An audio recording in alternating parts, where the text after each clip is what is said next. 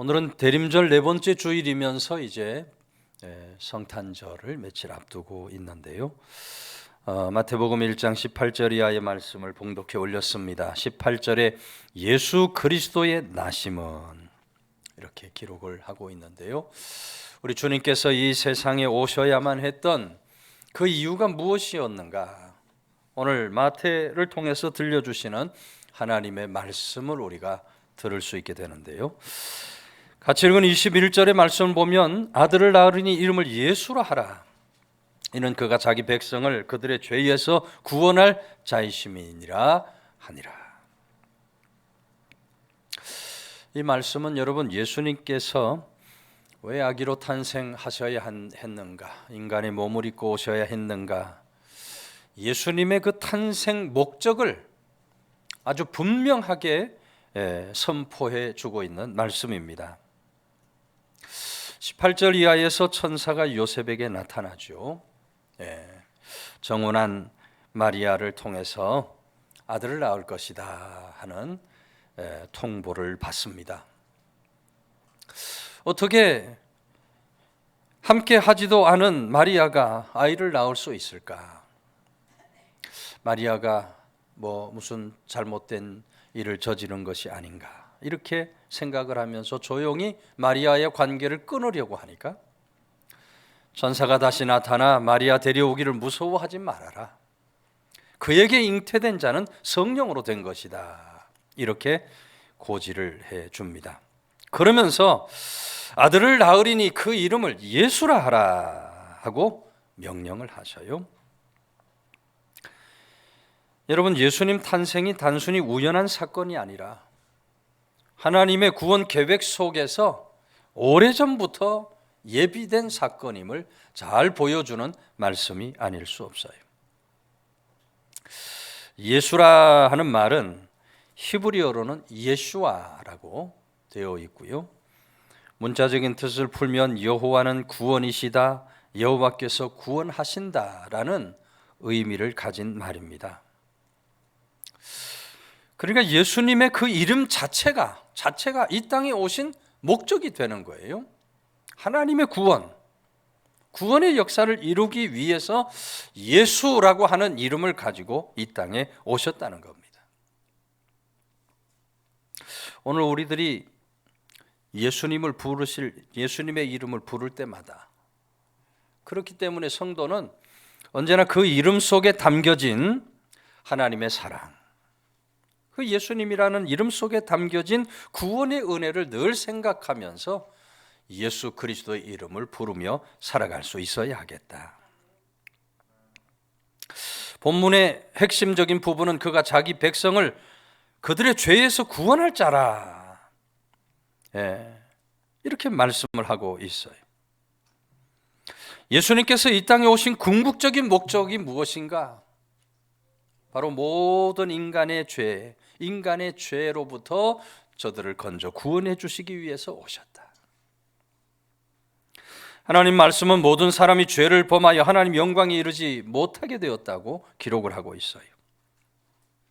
이 죄는 단순히 어떤 도덕적이고 윤리적인 죄만을 가리키는 것이 아닙니다. 이 죄는 하나님과의 관계가 단절된 상태를 가리키는 죄예요.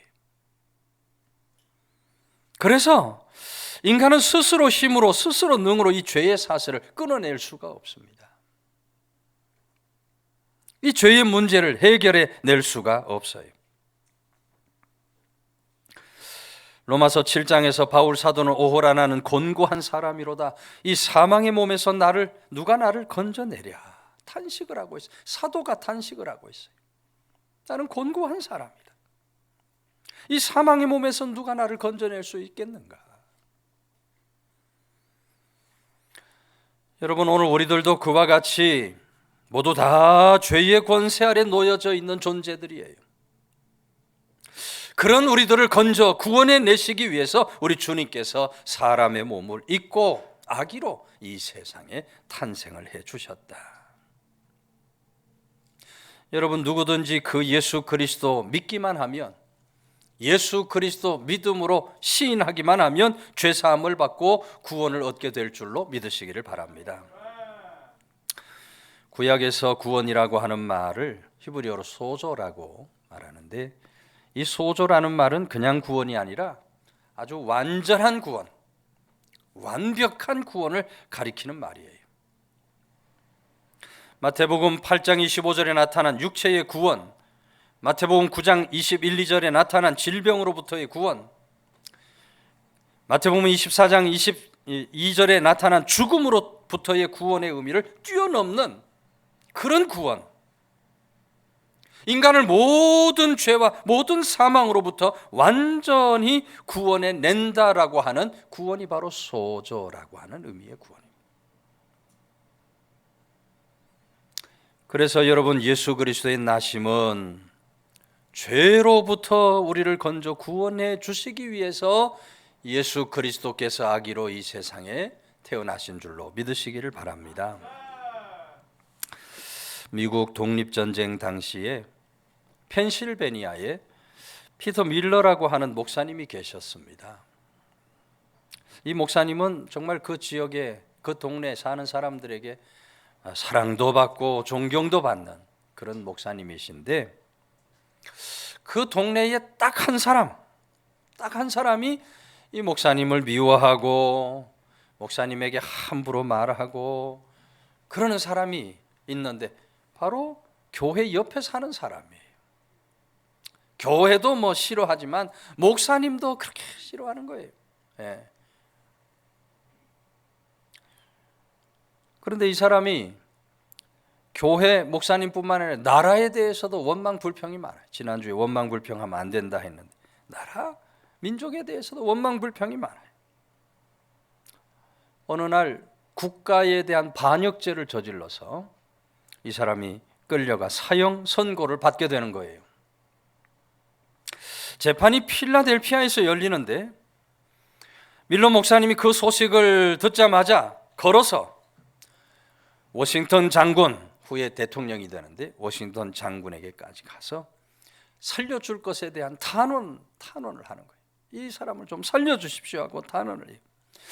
그랬더니 워싱턴 장군이, 죄송합니다만 제가 당신 친구, 목사님 친구 살려줄 수가 없습니다. 아주 딱 잘라서 워싱턴 장군이 말을 하는 거예요. 그랬더니 밀러 목사님이, 아니 장군님, 친구라니요. 이 사람은 저에게 있어서 평생 정말 잊을 수 없는 원수 중에 원수입니다.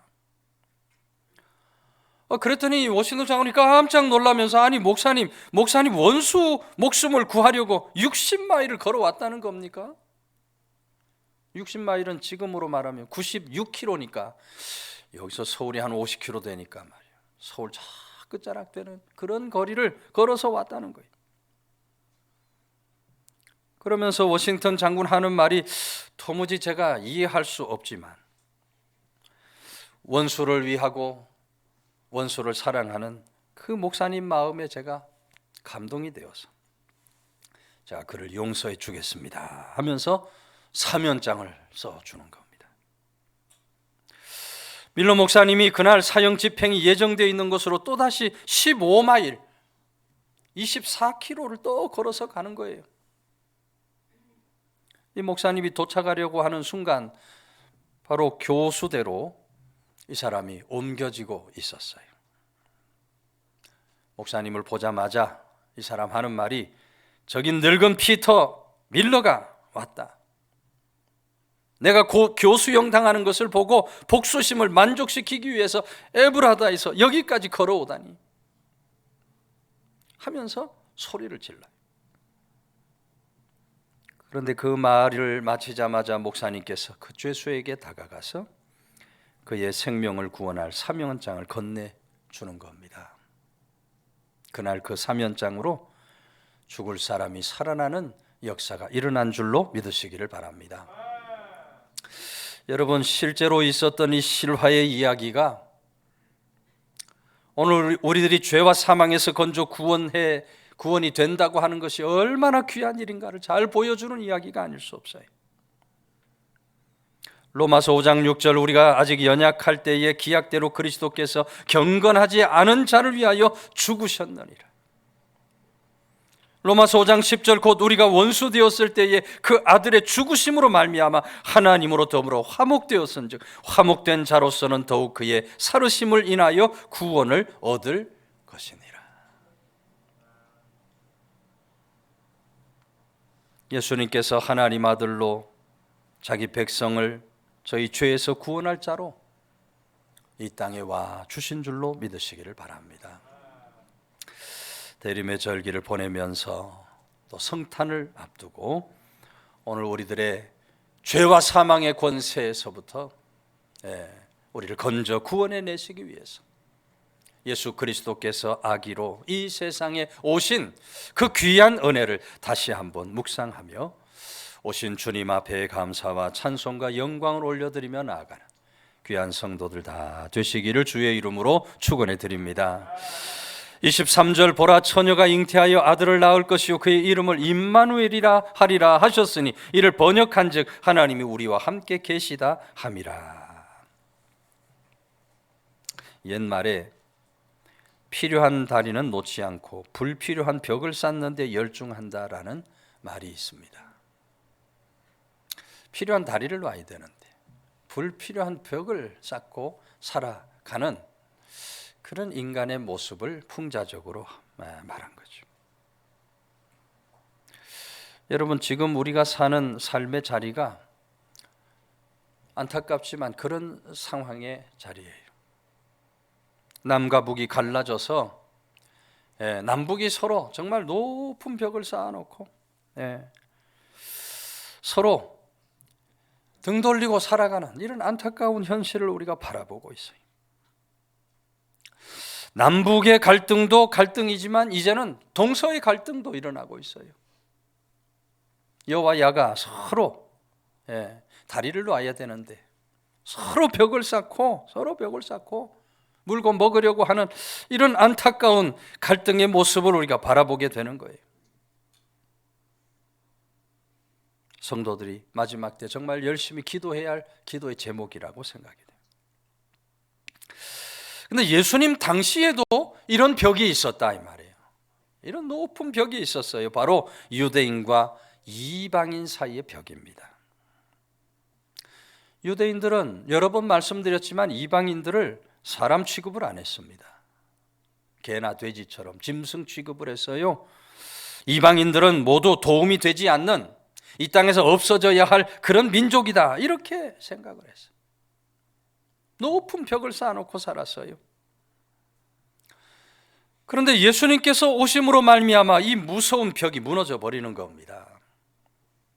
원수되었던 둘을 십자가로 화목하게 하시고 한 몸이 되게 해주신 거예요. 그래서 하나님 말씀은 예수님은 화평이신지라 둘을 하나로 만드셨고라고 기록을 하고 있어요. 화평의 대사, 화해의 대사로 오신 사건이 성탄의 사건인 줄로 믿으시기를 바랍니다. 기묘자요 모사인 예수님께서 평강의 왕으로 이 땅에 오신 사건이 바로 성탄의 사건이고, 그렇게 평강의 왕으로 오신 우리 주님께서 임마누엘의 은총을 우리에게 베풀어 주셨다. 화평의 왕으로 오셨기에 예수님이 계시는 그곳에 분쟁과 시기 다툼 모두 다 사라지고 온전한 화해의 역사가 일어나게 될 줄로 믿으시기를 바랍니다. 그래서 예수님의 나심은 바로 화해를 위하여, 중보를 위하여 우리 주님께서 이 세상에 아기로 와 주셨다. 어떤 나이 많은 할머니가 임종을 맞게 되었다 그래요. 교회 목사님이 그 소식을 듣고 한 걸음에 달려갑니다. 할머니 임종을 맞게 되셨다고 하는데 맞습니까? 하니까 할머니가 제가 이제 죽음이 얼마 남지 않았습니다 그래요. 목사님이 그러면 할머니 하나님과 화평은 이루셨습니까? 할머니 하는 말이 아닙니다 이렇게 답을 해요. 아니 하나님과 화평을 이루지 않은 상태에서 하나님 만나기 두렵지 않으십니까? 하니까 할머니가 목사님 하나도 두렵지 않습니다 그래요. 할머니 성도의 대답에 목사님 깜짝 놀라는 거예요. 다시 진지하게 묻기를, 할머니, 이제 목숨이 얼마 남지 않았고 곧 거룩하신 하나님 만나게 되는 것 알고 계십니까? 예, 분명히 알고 있습니다. 그런데도 두렵지 않습니까? 예, 절대로 두렵지 않습니다. 아니, 하나님과 화평을 이루지 않으셨는데 두렵지 않다는 게 무슨 말씀입니까? 하고 물으니 이 할머니가 환한 미소를 지으며 하는 말이, 제가 하나님과 화평하려고 하지 않은 것은 그럴 필요가 없기 때문입니다. 예수님께서 이미 2000년 전에 그분의 십자가의 피로 화평을 다 이루어 주셨습니다. 그러니 저는 그저 예수님께서 허락해 주신 그 화평 가운데서 평안히 쉬기만 하면 될 것입니다 하면서 아주 평안한 임종을 하시더라는 거예요. 여러분, 예수님께서 이미 2000년 전에 하나님과 우리 사이의 화평을 완성해 주신 줄로 믿으시기를 바랍니다. 오늘 이 화평의 은총을 우리가 받아 누리기만 하면, 믿음으로 받아들이기만 하면 누구라도 약속하신 그날 구원의 은총을 누리고 칭찬과 상급, 멸류관에 설 수 있는 그런 은혜의 사람들이 될 수 있다. 그래서 오늘도 우리 옆에 있는 분 한번 인사하겠습니다. 화평을 이루신 주님께 감사하며 삽시다. 화평을 이루어 주신 주님께 감사하며 삽시다.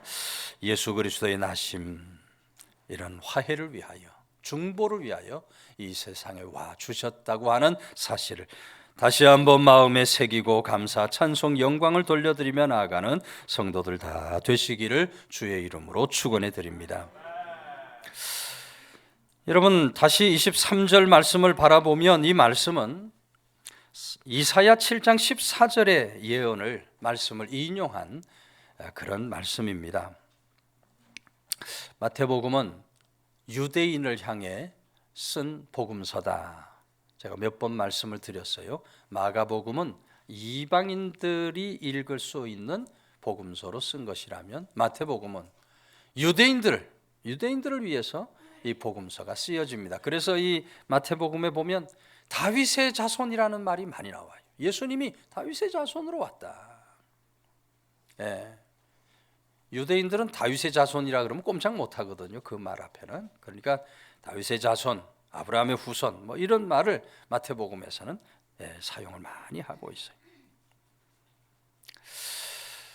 그래서 여러분, 이 마태복음에서 예수님께서 구약에 예언된 메시아라고 하는 그런 강력한 증거를 위해서 구약의 말씀을 마태가 자주 이용을 하는 거예요.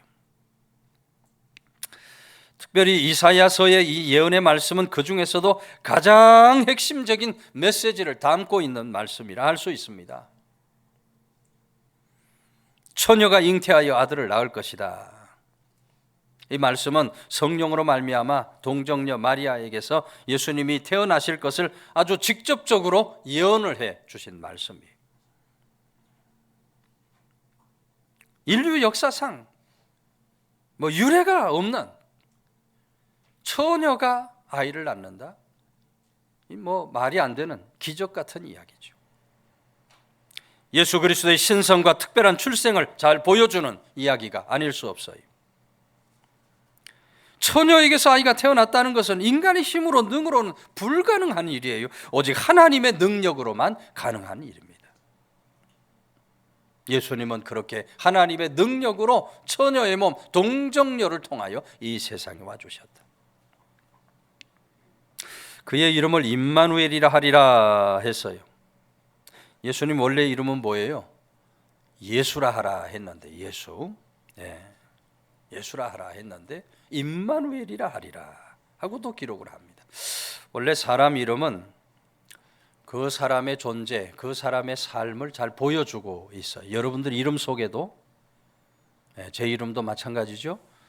저희 아버지가 제 이름을 지어줄 때 앞으로 이렇게 살아라. 제 이름은 클 때에 빛날 우기니까 커서 빛나라. 어떤 빛이든지 커서 빛나라. 그런 의미로 제 이름을 지어줬고, 여러분 이름 속에도 다 나중에 커서 이렇게 살았으면 좋겠다 하는 염원이 담겨져서 이름이 다 지어져요. 어떤 사람은 안타깝게도 이제 딸 좀 그만 낳아라 그래가지고 이름이 지어진 사람도 있는데, 그래도 어떡하겠어요. 다 이름에 어쨌든 뜻이 있어요. 삶의 본질과 사명이 그 이름 속에 나타나요.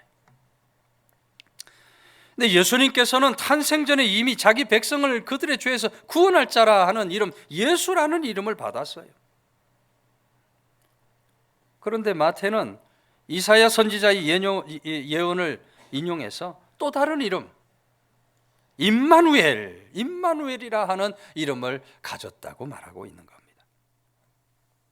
임마누엘은 히브리어로 임마누, 우리와 함께라는 말이고, 엘은 하나님이죠. 엘로힘, 엘샤다이 할 때 엘이 바로 하나님을 가르치는 말입니다. 합성어로 된 말이에요. 하나님이 우리와 함께 계시다 하는 말씀이에요. 하나님이 우리 저 멀리 계시는 그런 하나님이 막연한 하나님이 아니라 오늘 우리 삶 속에 들어와서 우리와 함께 해주시고 동행해 주시는 그런 하나님이 되신다라는 선언적인 말씀입니다. 이사야 선지자가 이 임마누엘 예언할 당시 이스라엘은 정치적으로 아주 혼란했습니다. 영적으로도 아주 혼란한 상태예요. 하나님의 말씀을 불순종하고 거역하는 말이에요. 그런 죄악이 가득한 관영한 그런 세상이에요. 그런데 그런 세상 속에 임마누엘이라고 하는 이름은 하나님께서 그럼에도 불구하고, 너희들이 그렇게 살아감에도 불구하고 내가 너희를 버리지 않겠다, 너희가 영원히 함께 해주시겠다고 하는 그런 소망의 메시지가 담겨져 있는 겁니다. 그러면서 이 예수님의 탄생은 그 하나님 약속의 완전한 성취를 보여주고 있는 거예요. 하나님께서 친히 인간의 몸을 입고 오셔서 우리와 함께 하신다는 것은 죄로 인해서 단절되었던 하나님과의 관계를 회복시켜 주시겠다는 의미예요. 하나님께서 인간의 연약함과 고통을 친히 겪으시고 우리들을 건져 구원해 내시겠다고 하는 그 강력한 메시지가 이 임마누엘 속에 담겨져 있는 것입니다. 그래서 여러분, 예수 그리스도의 나심은 우리와 함께 해주시기 위하여, 임마누엘 해주시기 위해서 우리 주님께서 이 세상에 와주신 줄로 믿으시기를 바랍니다. 성탄의 절기가 가까이 옵니다만, 여러분, 성탄의 절기 성탄 카드에만 계시는 예수님이 돼서 안 됩니다. 성탄의 절기 백화점의 화려한 조명, 오늘도 이렇게 우리 성탄 추리를 하고 있습니다만, 양평 군도, 옥천면도 다 보셨죠? 추리를 잘하고 있습니다만, 그런 어떤 추리나 캐롤송에만 계시는 예수님이 되어서 안 돼요. 성탄의 절기 예수 그리스도께서 우리와 함께 하시는 예수님, 임마누의 하나님, 임마누뿐만 아니라 임마니, 나와 함께 하시는 그런 복된 성탄을 맞는 성도들이 되어야 할 줄로 믿으시기를 바랍니다.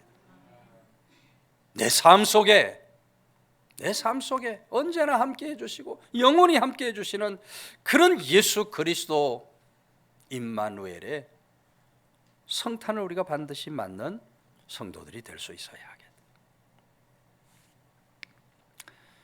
1964년에 개봉된 아름다운 생애라는 제목의 영화가 있습니다. 이 영화를 보면 자신의 삶에서 아무것도 이루지 못했다고 생각하는 주인공이 나와요. 나는 아무것도 이루지 못했다. 근데 이 주인공이 인생의 참된 의미를 하나씩 찾아가는 과정을 그려내고 있는 그런 작품이에요. 근데 그 영화를 촬영하던 중에 놀랄만한 한 일이 하나 일어납니다. 억울하게 누명을 쓰고 기도하는 장면이에요. 그 장면을 찍던 주인공 배우 제임스 슈튜어트가 이렇게 그 장면을 찍고 있는 과정에서 영적으로 거듭나는 체험을 한 거예요. 사실 슈튜어트도 영화를 찍을 당시 그 영화의 주인공처럼 깊은 좌절, 절망, 시리에 빠져 있었다 그래요. 그러니 영화를 찍으면서도 그 영화 주인공이 마치 나와 똑같다, 내 입장과 똑같다 느끼면서 영화를 찍는 거예요. 각본대로 촬영에 임하면서 각본에 나오는 대로 하나님께 엎드려 기도를 합니다. 하늘에 계신 하나님 아버지, 당신이 계셔서 기도를 들으신다면 제 길을 인도해 주십시오. 어찌할 바를 모르겠습니다. 인도해 주십시오. 하나님, 각본에 써 있는 대로 읽어내리며 기도하는데 그 순간 갑자기 눈물이 왈칵 쏟아지는 거예요. 각본에 없는 그런 연기가 나온 거예요. 각본대로 기도를 했는데 기도하는 가운데 하나님께서 그 가운데 임재하시는, 강력하게 함께 해주시는 그런 놀라운 체험을, 영적 체험을 하게 된 거예요. 그 감격으로 이 스튜어트가 흐느껴 울면서 눈물 콧물 흘리면서 자기 자신도 하나님의 인도하심과 함께 하심으로 여기까지 올 수 있었구나 하는 사실을 아주 절절히 깨닫게 되었다는 거예요. 이후에 여러분 스튜어트 가는 곳곳마다 하나님의 임재를 체험하면, 하나님이 함께 하심을 체험하면 넉넉히 이기고 승리하며 살 수 있습니다. 고백하고 간증하며 살아가게 된 줄로 믿으시기를 바랍니다. 오늘 대림의 절기 성탄을 앞두고 우리가 이 임마누엘의 은총을 사모하며 살아갈 수 있어야 돼요. 내 삶 속에서 구체적으로 하나님이 나와 함께 하시는구나. 내 삶이 비록 어렵고 힘든 삶을 살아간다 할지라도 오늘 우리와 늘 함께 하시는 우리 주 예수 그리스도 임마누엘의 주님, 그 임재를 온전히 느끼면서 이 대림의 절기 성탄을 맞이할 수 있는 그런 귀한 성도들 다 되시기를 주의 이름으로 축원해 드립니다.